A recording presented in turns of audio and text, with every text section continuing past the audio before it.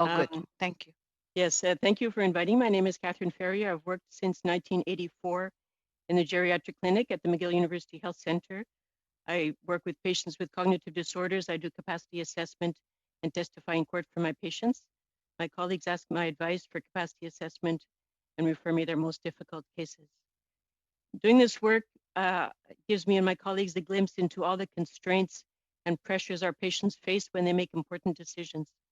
We often see people who make choices contrary to their best interests and their true wishes for many reasons, including a lack of financial resources and social support, direct or indirect pressure from others, including health professionals, and an inability to make the system work for them.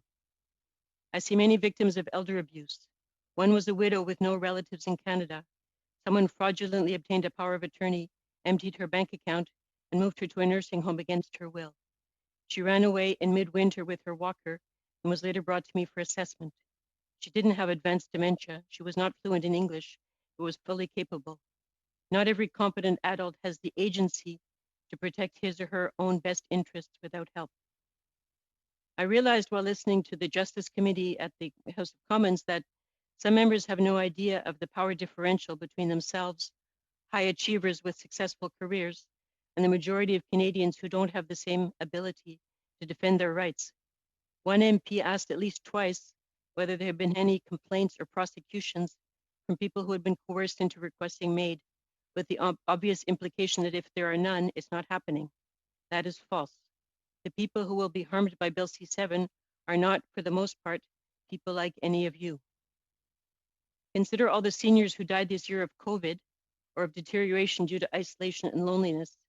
Had we invested in adequate long-term care and supporting home care, things could have been very different. In Quebec, 19% of cases of COVID were in patients over 70, but 92% of the deaths were in this group. Consider Mr. Raymond Bourbonnais, who had spinal muscular atrophy and was living in a CHSLD, a nursing home in Quebec. Citing many instances of inadequate care, including people wandering into his room when he had to leave the door open in a heat wave with no air conditioning, he made a video announcing his intention to request medical aid in dying. So quickly has the Right to Die movement crushed society's instincts to prevent suicide that instead of rushing to prevent a death that had nothing to do with his disability and everything to do with inadequate resources, his request was honored after all his requests for care had been ignored. Consider all the people with disabilities and chronic diseases. Our elderly patients often have a long list of diagnoses, only one of which could justify euthanasia under this bill. There are millions of Canadians whose suicide could be promoted if this law is passed. There are over 2 million Canadians with chronic lung disease, 600,000 with heart failure, 700,000 stroke survivors, and nearly 5 million people with osteoarthritis. Add to this that the MAID enthusiast thinks doctors should have a duty to inform every patient eligible under the law that is one of their options, so millions of Canadians will be offered suicide when there are many other ways of addressing their distress. This is suicide promotion. Bill C-7's framework for people not near their natural death only requires giving information on other means to relieve suffering and a 90-day waiting period. Giving information has no value if access to the service is not available. It's largely not within that time frame. Often there's not even time to see a specialist, certainly not time to regain some hope of healing. People who have suffered a debilitating accident or a stroke take several years to reach new equilibrium, and their suicide rate is higher than the general population during that time. They may not be depressed or incapable of decision making. Their options have been tragically narrowed, and it takes a long time to readjust. But people do, as we heard in this morning's press conference, with people with spinal cord injuries and their doctors. If the government is determined to go through with this law, it will never be safe.